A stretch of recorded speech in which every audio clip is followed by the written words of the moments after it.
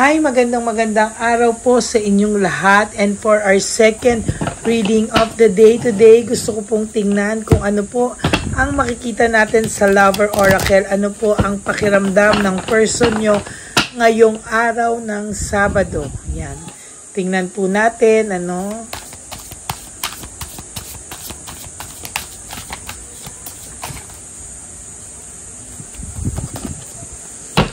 po kaya ang makikita natin sa second reading of the day. I hope na napanood nyo na po ang first, second, and third reading kahapon. At ngayon po ay mapanood nyo rin po yung first reading kanina bago po kayo tumakbo dito sa second reading of the day. Okay?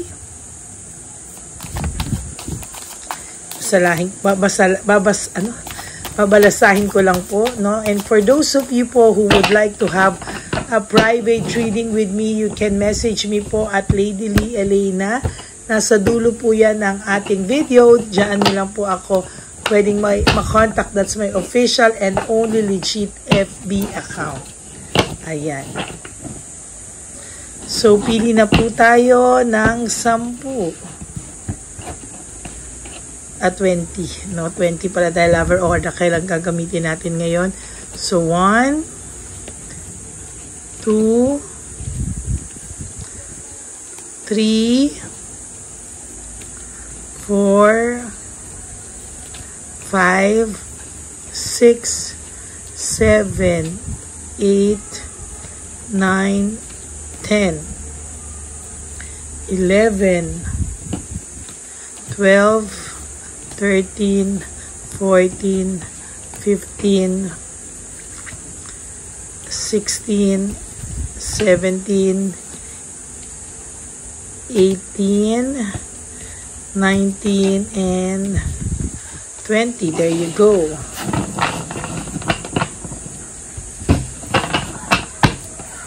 Tapos ito naman po ay tingnan natin kung ano po ang makikita natin sa reading of the day today. Ayan. I'm obsessed with you, no? Ang tao pong ito sa mga oras na to ay nakakaramdam pa rin po ng pagmamahal sa iyo, or na-o-obsess din po siya, kaka-stalk sa iyo. No, sabi ko nga po sa first reading kanina, dala-dala niya po yung malungkot na pakiramdam, no? Sa totoo lang, dala-dala niya po yung pakiramdam na para po siyang hindi po siya mapakali, no? As a matter of fact, hindi po siya mapakali sa totoo lang. Sandali lang po, isasara natin ang pinto. Yan. Para hindi marinig ang mga sa labas. You deserve better. Sabi niya po sa ginawa niya daw sa'yo, ay deserve mo daw po ang isang maayos na relasyon, isang maayos na pag-alaga sa'yo, or isang maayos na tao, no? Pero sa totoo lang po, ayaw ka rin naman po niyang ibigay, no? Kaya nga po, takot po ito sa totoo lang na ma-inlove ka na po talaga sa iba. I wish I could be fully honest with you. Alam niyo po, sa dami ng kasinungalingan niya, hindi niya na po alam kung paniniwalaan mo pa daw ba siya sa mga susunod na panahon. No, papaniwalaan mo pa rin daw ba siya kung magsasabi na siya ng totoo? Kasi parang ang dating po dito, hindi na po ikaw naniniwala sa kanya. And as a matter of fact, naguguluhan din po ang taong ito. Bakit niya po nagawa sa iyo ang lahat ng yan? Hindi po siya naging honest kasi sa iyo. Ang sabi niya po dito, naging masyado kang mabuti sa kanya. Hindi niya na rin daw po deserve yung kabutihan mo. Pero bukod doon, ano po ang ibinalik niya sa iyo? Panay sakit sa dibdib at sakit talaga sa pakiramdam, no?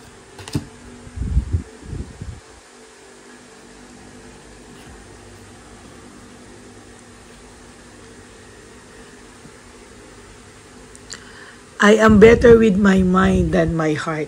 Sa totoo lang po, ang tao pong ito, no, na iniisip ka niya na kaya niyang tiisin yung puso niya.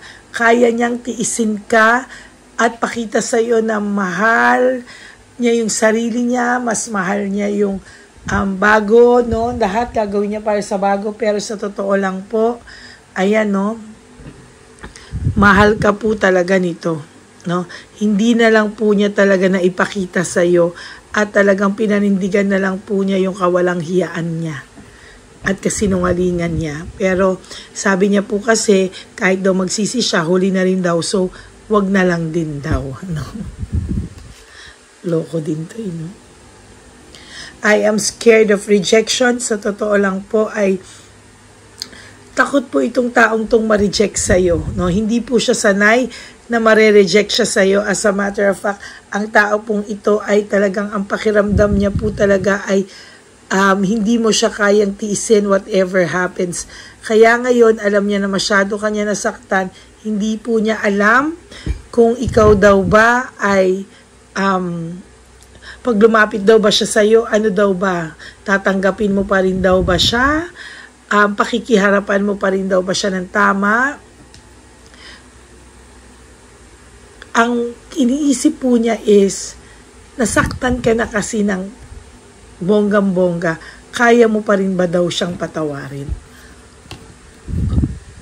Ang pinalabas niya po kasi siya pa yung nasaktan mo, parang ang pinalabas niya pa po na biktima siya. Ang dami pong ganito, pa-victim, no? Pa-victim, pa-victim, pa-victim, ikaw pa ang may kasalanan. Yan ang gusto kong title natin ngayong araw na to. Pa-victim, pa-victim, parang ikaw pa ang may kasalanan. Sobrang pa-victim to, ang sarap kantahan ito ng pa-victim, no? No? Teka po, ay susulat ko lang. Pa-victim, pa-victim, pa-victim.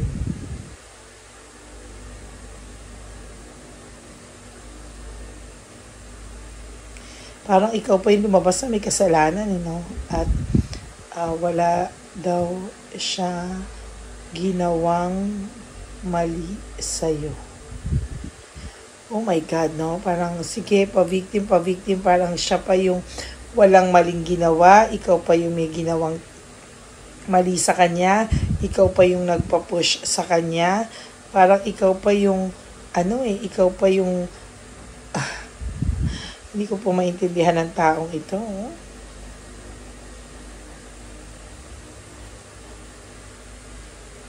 ginawang mali sa'yo. Yan. So, yan ang title po natin is pa-victim, pa-victim, pa-victim, at wala daw siyang maling ginawa sa'yo. Diba? Pero, wag ka, mabigat po ang pakiramdam niya. Dala-dala niya rin po araw-araw. To tell you honestly, araw-araw po niyang dinadala yan.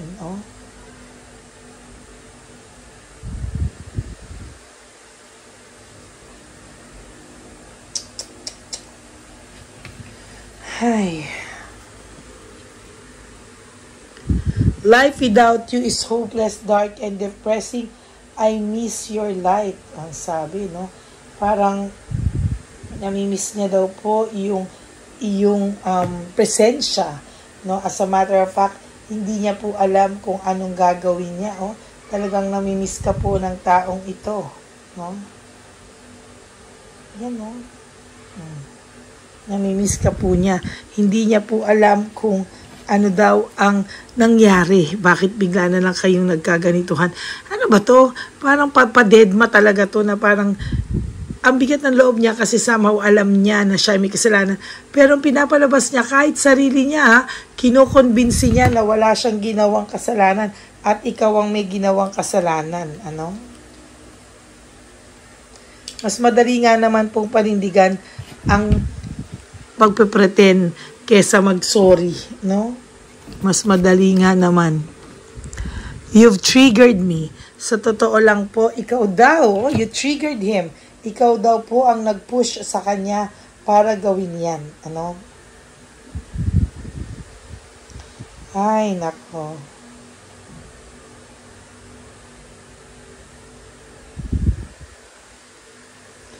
Grabe.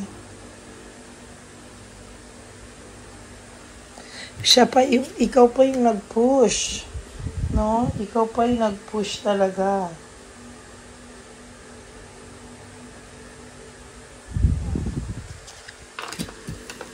I need to figure myself out. Sa totoo lang, ayan no. Sa totoo lang po, sinasabi niya, kailangan niya daw mag-isip, pag-isipan ang mga bagay-bagay, anong nangyari, bakit nagkaganito. Hindi po talaga siya talagang, ayan no. Oh, diba? Sinabi ko po talaga sa iyo na I need to figure myself out, no?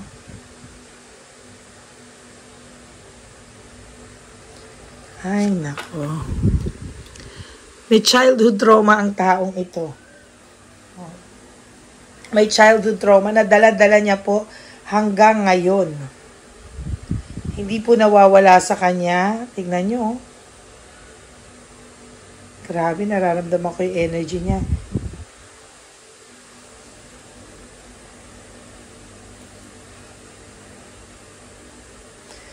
Ayan, no? Sabi ko nga po sa'yo, no? Yung childhood trauma ay matindi, no? Matindi na dala-dala niya, kaya sa lahat ng bagay, pag may ginusto siya, kailangan, I want out. Pag hindi na, no? Parang gusto niya, pero pag ayaw niya, hindi niya po iniisip yung consequences. Kaya ayan ang nangyari sa kanya. Tapos, para hindi siya masyado ma-feel na guilty, i-convince niya yung sarili niya na you've triggered him or her, no? Para hindi po siya makaramdam ng guilt, no? Yan po yung tactics niya palagi. Kaya pag nakikipaghiwalay po ito, ayan, oh, wala.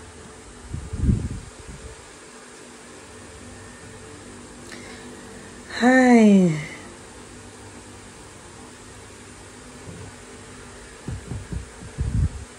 Iraramdamin ko lang po, raramdamin ko lang. Parang may nangyayari sa kanila. Nararamdaman ko din dito sa baraha.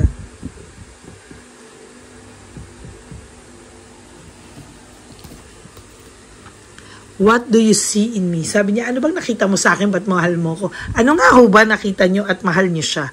Pero hindi mo naman pwedeng questionin ang pagmamahal ng mo sa isang tao. Natatakot din po siyang mawala ka tuluyan. Yan, no?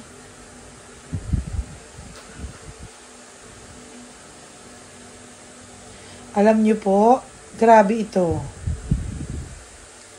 Talaga po. Kakaiba po itong taong minahal mo. Sorry Siya po yung gagawa ng isang bagay. Tapos pag nasaktan ka, nagalit ka, kasalanan mo. No? Parang ang nangyayari dito, talagang siya yung magpo-provoke sa'yo. Pero ang sinasabi niya, ikaw ang nagpo-provoke sa kanila. Grabe.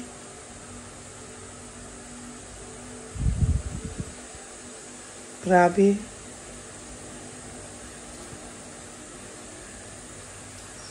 Ay, nako.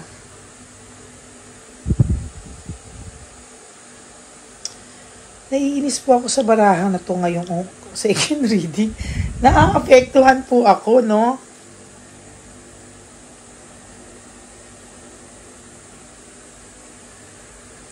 Grabe. Tapos ngayon, papakitaan niya ako ng I'm afraid to lose you. Nanggigigil po ako sa barahan niyo. Pasensya na. Tao lang po ako na naaapektuhan, ano? Yan, no? Grabe.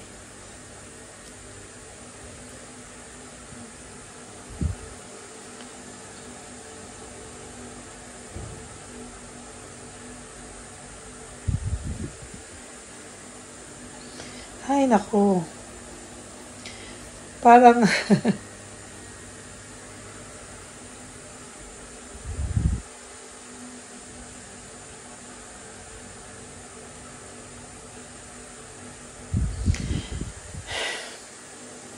pasensya na po kayo. Minsan ay umaatake sa akin yung naaapektuhan ako dahil nanggigigil din po ako sa nakikita kong baraha. Kasi if ako po yung nasa sitwasyon nyo, hindi ko po kakaya, maggagalaiti po talaga ako. Pinoprovoke mo ko. Pag naprovoke ako, kasalanan ko. sinasaktan mo ko, pag nasaktan ako at nagalit ako at sinaktan kita, kasalanan ko pa rin, saan ka po lalagay? No? Ang taong ito ay sobrang pa-victim. No, nanggigigil po talaga ako. So mga kapatid, sana po no, sa mga may ganitong klaseng sitwasyon, ganitong klaseng tao, always choose to love yourself. Kakaiba po yung person nyo. Oh, alam niya naman the way I've treated you was wrong. Alam niya eh. Alam niya na mali yung pagtrato niya sa'yo. Pero, kita niya pa rin sa mga tao na wala siyang mali. At sasabihin niya pa na parang siya pa yung nakawawa sa relasyon. At ikaw pa po yung blinak. Oh my God. Oh my God. Anong klaseng reading to ngayon? Tapos tingnan niyo po, oh. Tapos lagi pa lang siyang chill-chill, inom-inom, panay tawag sa bisyo, panay bisyo, no? Yan, no? Tapos iisipin ka niya na nag-i-intimate kayo together, kaya ikaw naman to ngayon, nananahimik na, masaya na, biglang maaaligaga, sasakit ang ulo, mapapanik, iiyak, di mo alam, naku, hindi mo po alam na pinapantasya ka niya sa mga oras na yon. I'm sorry. Sabi niya, don't treat me the way you do. I don't deserve it. Alam niya pong hindi mo deserve, pero gusto niya pa rin pong habulin mo siya. Kaya ngayon, ayan ang pakiramdam mo niya. Why do I feel so lost? Hanggang ngayon, lost pa rin siya. Why? Because he will never be happy. He will never be fulfilled. He will never ever be contented. Hindi po. No, hindi po. Kaya sa totoo lang po, ayan no. Sorry na lang po, pero sa totoo lang, ayan. Yan po ang nararamdaman niya. Lost na lost po siya. Ganyan ang taong nararamdaman ng mga pa-victim. No? So, this is your second reading of the day. Medyo na high blood ako sa person nyo. But always choose please to love yourself, to focus on yourself. No? Yung mga taong ganito po kasi ang hirap eh. May pagka-narcissist ang taong to. This person is narcissist. No? So this is your second reading of the day. For those of you na naka-resonate, please comment down below. I wanna see your reaction po, no? And please give me a like na rin po, no? So, if you want to have a private reading with me, you can message me po at Lady Lee Elena. That's LADYLY Elena. Nasa dulo po yan ng ating video. Diyan nyo lang po ako makokontak. That's my only legit FB account. Yan, maraming salamat po sa lahat sa inyo na nanonood sa akin ngayon. At please no skipping of ads. Tulong nyo na po yan sa ating channel.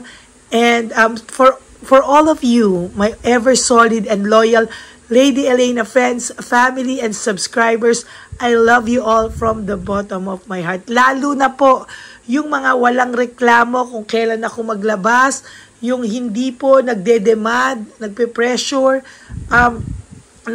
nag-aantay lang po kung kailan ako maglabas. Nako, sobrang appreciated ko po kayo from the bottom of my heart. I love you all, and yung mga tao na nasasaktan sa ngayon, ang payo ko po sa inyo ay, life is too short, don't make it shorter by stressing yourself from all the pains and heartaches na binigay sa inyo na kahapon. Just surrender everything to the divine universe. Just let go and let God write your life and love story. I will be back for another set of reading. Wag na wag po kayong mawawala. Babalik po ako. Yan. Maraming salamat po sa inyong lahat. God bless you all. Bye.